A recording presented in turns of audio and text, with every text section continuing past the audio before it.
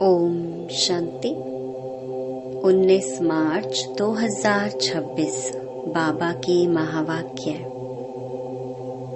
मीठे बच्चे, जैसे बाप दादा दोनों निरहंकारी हैं, देही अभिमानी हैं, ऐसे फॉलो फादर करो तो सदा उन्नति होती रहेगी। प्रश्न: ऊंच पद की प्राप्ति के लिए कौन सी खबरदारी रखना जरूरी है?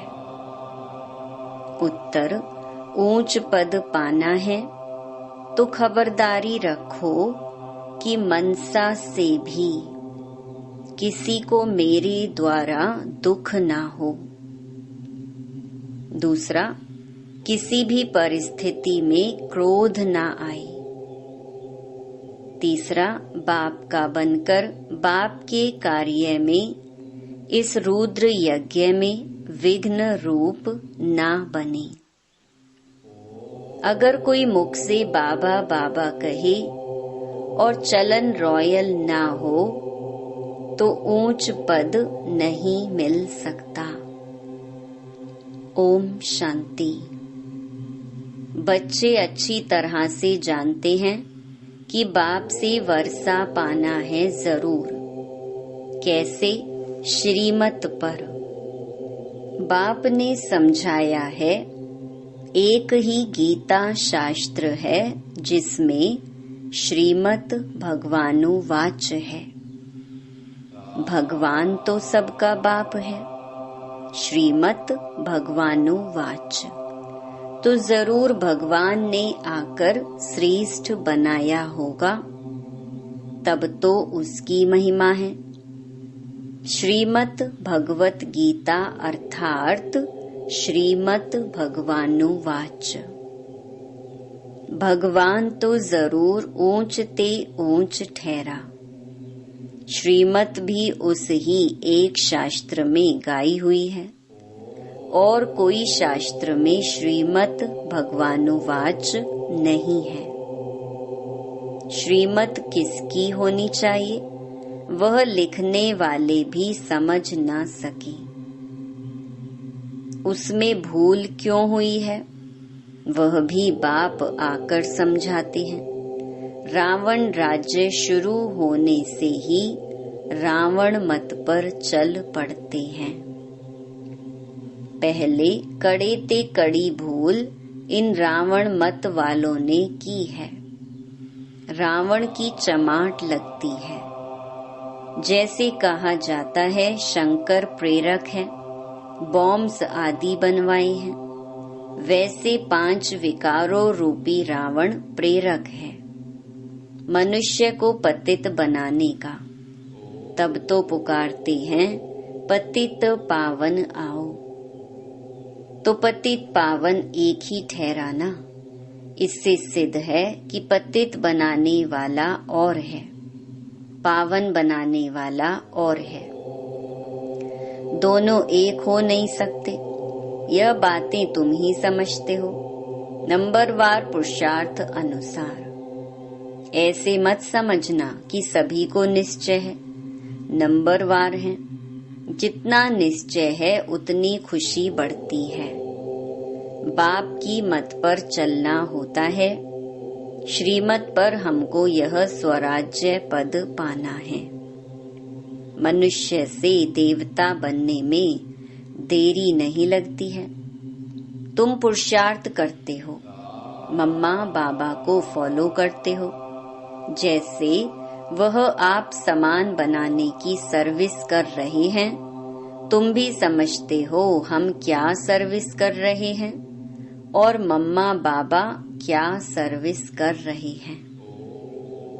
बाबा ने समझाया था कि शिव बाबा और ब्रह्मा दादा दोनों इकट्ठे हैं, तो समझना चाहिए कि सबसे नजदीक हैं। इनका ही संपूर्ण रूप सूक्ष्म वतन में देखते हैं तो जरूर यह तीखा होगा।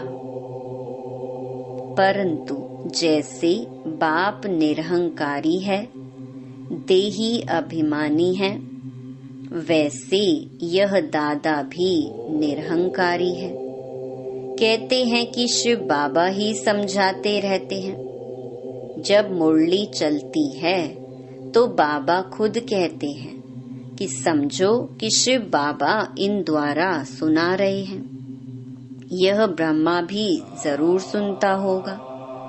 यह ना सुने और ना सुनाए तो ऊंच पद कैसे पाए। परंतु अपना देह अभिमान छोड़ कहते हैं कि ऐसे समझो कि शिव बाबा ही सुनाते हैं। हम पुरुषार्थ करते रहते हैं, शिव बाबा ही समझाते हैं।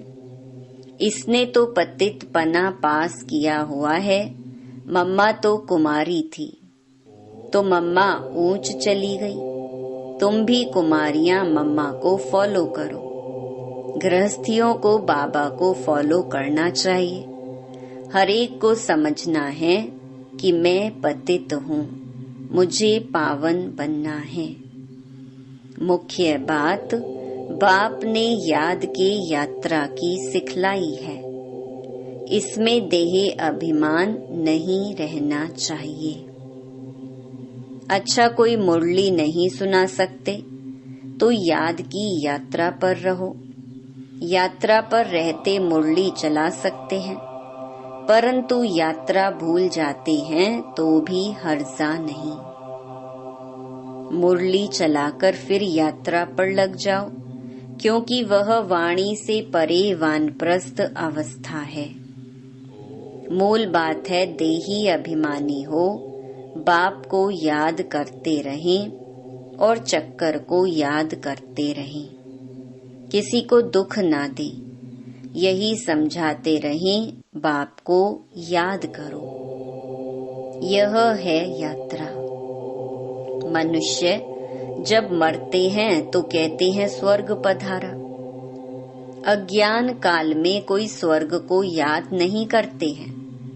स्वर्ग को याद करना माना यहाँ से मरना। ऐसे तो कोई याद नहीं करते। अभी तुम बच्चे जानते हो हमको वापस जाना है।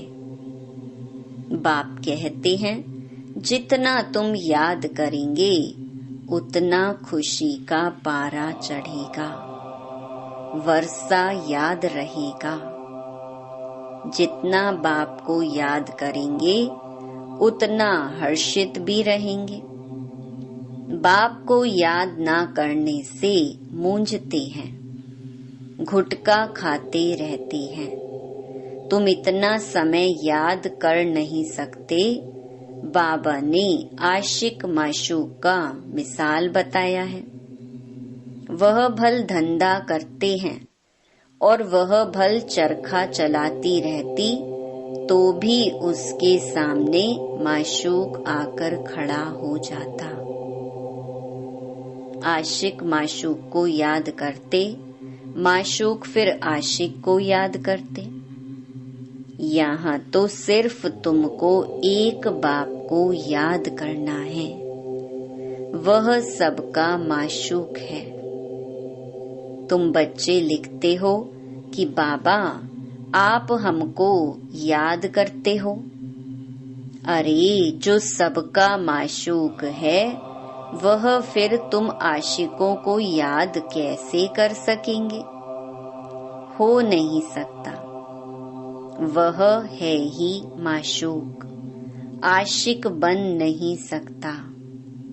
तुमको ही याद करना है। तुम हर एक को आशिक बनना है उस एक माशूक का। अगर वह आशिक बने तो कितने को याद करे? यह तो हो नहीं सकता। कहता है कि मेरे ऊपर पापों का बोझ थोड़े ही है, जो किसको याद करूं। तुम्हारे ऊपर बोझा है, बाप को याद नहीं करेंगे तो पापों का बोझा नहीं उतरेगा। बाकी मुझे क्यों किसको याद करना पड़े? याद करना है तुम आत्माओं को। जितना याद करेंगे उतना पुण्य आत्मा बनेंगे, पाप कटते जाएंगे। बड़ी मंजिल है, देही अभिमानी बनने में ही मेहनत है। यह नॉलेज सारी तुमको मिल रही है।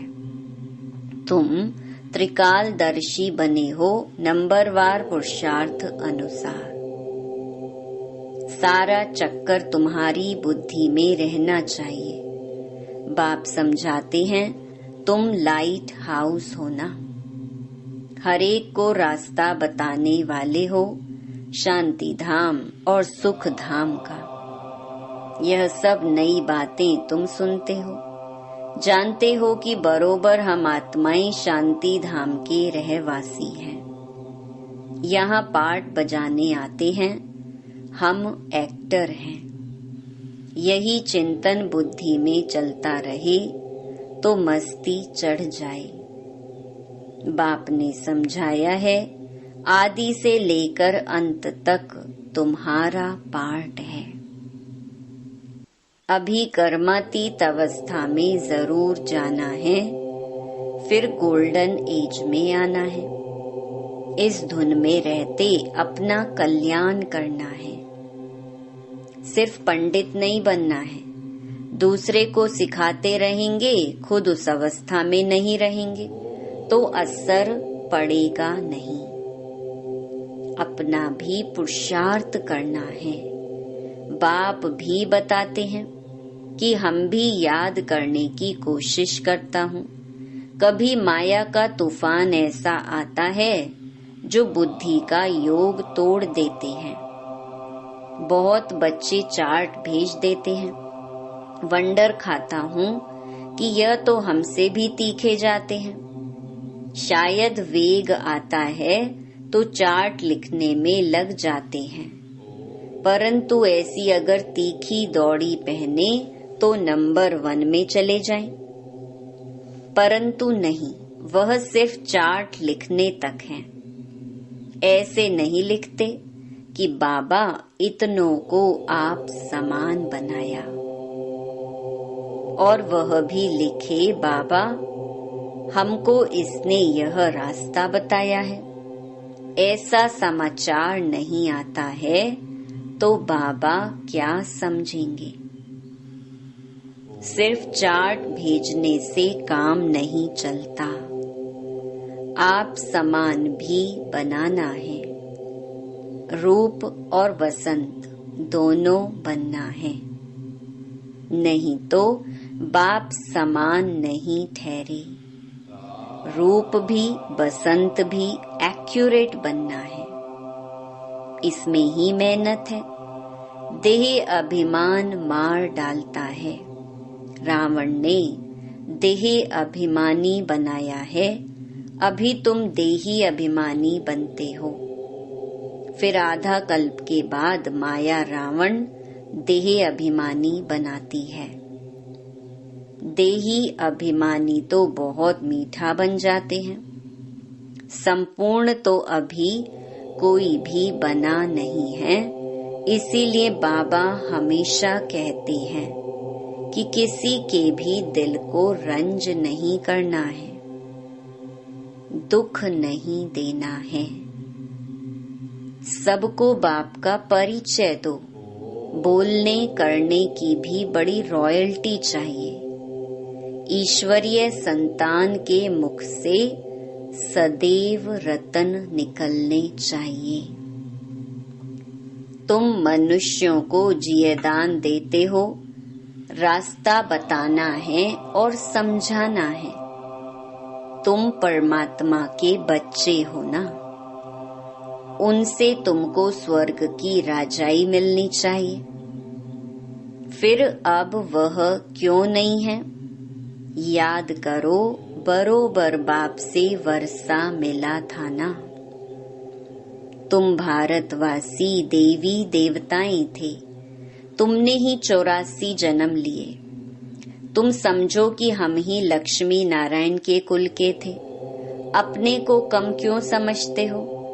अगर कहते कि बाबा सब थोड़ी बनेंगे, तो बाबा समझ जाता कि यह इस कुल का नहीं, अभी से ही थिरकने लग पड़ा है। तुमने 84 जन्म लिए हैं, बाप ने 21 जन्मों की प्रालब्ध जमा कराई, वह खाया, फिर ना माना समाप्त होना शुरू हो गई। कट चढ़ते चढ़ते तमो प्रधान कौड़ी मिसल बन पड़े हो।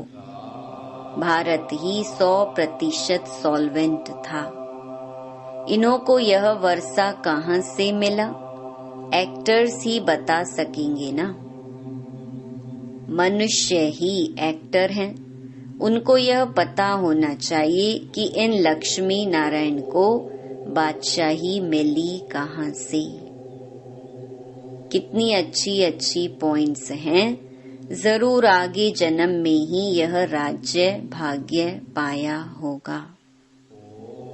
बाप ही पतित पावन है। बाप कहते हैं कि मैं तुमको कर्म अकर्म और विकर्म की गति समझाता हूँ। रावण राज्य में मनुष्य के कर्म विकर्म हो जाते हैं, वहाँ तुम्हारे कर्म अकर्म होते हैं। वह है दैवी सृष्टि। मैं रचता हूँ तो जरूर मुझे संगम पर आना पड़े। यह है रावण राज्य, वह है ईश्वरीय राज्य। ईश्वर अब स्थापना करा रहे हैं। तुम सब ईश्वर के बच्चे हो। तुमको वर्षा मिल रहा है। भारतवासी ही सॉल्वेंट थे, अब इंसॉल्वेंट बन गए हैं। यह बना बनाया ड्रामा है, इसमें फर्क नहीं हो सकता। सबका झाड़ अपना अपना है, वैरायटी झाड़ है ना। देवता धर्म वाले ही फिर देवता धर्म में आएंगे। क्रिश्चियन धर्म वाले अपने धर्म में खुश हैं, औरों को भी अपने धर्म में खींच लिया है। भारतवासी अपने धर्म को भूलने के कारण वह धर्म अच्छा समझ चले जाते हैं। विलायत में नौकरी के लिए कितने जाते हैं? क्योंकि वहाँ कमाई बहुत है। ड्रामा बड़ा वंडरफुल बना हुआ है, इसको समझने की अच्छी बुद्धि चाहिए। विचार सागर मंथन करने से सब कुछ समझ में आ जाता है। यह बना बनाया अनादि ड्रामा है। तो तुम बच्चों को आप समान सदा सुखी बनाना है। यह तुम्हारा धंधा है, पतितों से पावन बनाना। जैसे बाप का धंधा वैसे तुम्हारा। तुम्हारा मुखड़ा सदैव देवताओं जैसा हर्षित होना चाहिए, खुशी में। तुम जानते हो हम विश्व के मालिक बनते हैं। तुम हो लवली चिल्ड्रन। क्रोध पर बड़ी खबरदारी रखनी है। बाप आए हैं बच्चों को सुख का वर्षा देने। स्वर्ग का रास्ता सबको बताना है। बाप सुख करता दुख हरता है, तो तुमको भी सुख करता बनना है। किसको दुख नहीं देना है। दुख देंगे तो तुम्हारी सजा 100 गुना बढ़ जाएगी। कोई भी सजा से बच नहीं सकता। बच्चों के लिए तो खास ट्राइब्यूनल बैठती है।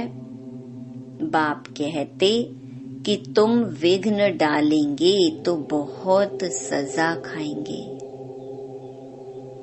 कल्प कल्पांतर तुम साक्षात्कार करेंगे कि फलाने यह बनेंगे। आगे जब देखते थे तो बाबा मना करते थे कि ना सुनाओ। अंत में तो एक्यूरेट मालूम पड़ता जाएगा। आगे चलकर जोर से साक्षात्कार होंगे, वृद्धि तो होती जाएगी। आबू तक क्यों लग जाएगी। बाबा से कोई भी मिल नहीं सकेंगे। कहेंगे अहो प्रभु तेरी लीला। यह भी गाया हुआ तो है ना। विद्वान पंडित आदि भी पीछे आएंगे, उन्हों के सिंहासन भी हिलेंगे। तुम बच्चे तो बहुत खुशी में रहेंगे। अच्छा, मीठे मीठे सिकी लधे बच्चों प्रति मात पिता बाप दादा का याद प्यार। ऐसी याद प्यार एक ही बार मिलती है। जितना तुम याद करते हो उतना तुम प्यार पाते हो। विकर्म विनाश होते हैं और धारणा भी होती है। बच्चों को खुशी का पारा चढ़ा रहना चाहिए। जो भी आए उनको रास्ता बताएं। बेहद का वर्षा बेहद के बाप से पाना है, कम बात है क्या। ऐसा पुरुषार्थ करना चाहिए।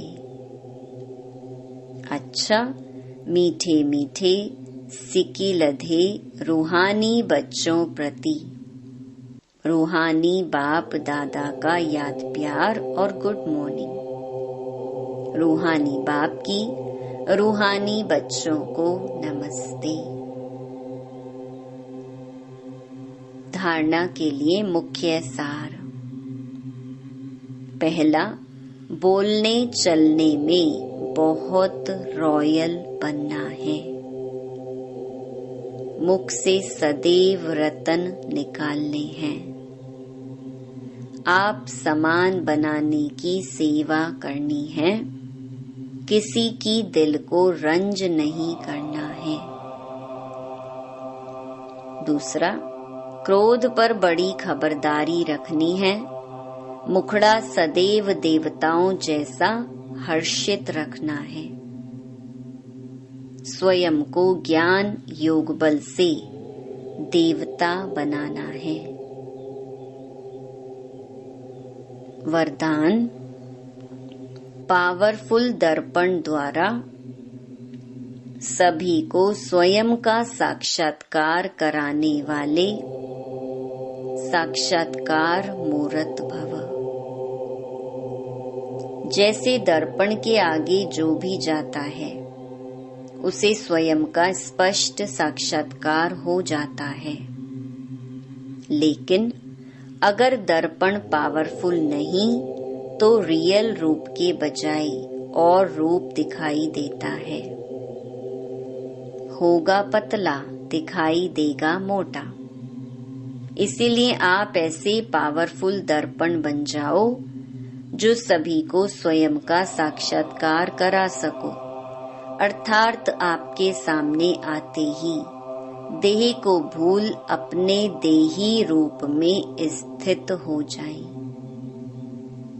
वास्तविक सर्विस यह है। इसी से जय जयकार होगी। स्लोगन, शिक्षाओं को स्वरूप में लाने वाले ही ज्ञान स्वरूप प्रेम स्वरूप आत्मा है। ये अव्यक्त इशारे निश्चय के फाउंडेशन को मजबूत कर सदा निर्भय और निश्चिंत रहो।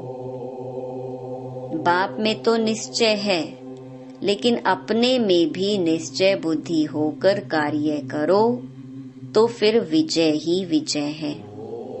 विजय के आगे समस्या कोई चीज नहीं है। फिर वह समस्या नहीं फील होगी, लेकिन खेल फील होगा। खेल खुशी से किया जाता है। कोई कार्य सहज होता है तो कहा जाता यह तो बाएं हाथ का खेल है, अर्थात सहज है। तो यह भी बुद्धि का खेल हो जाएगा। खेल में घबराएंगे नहीं।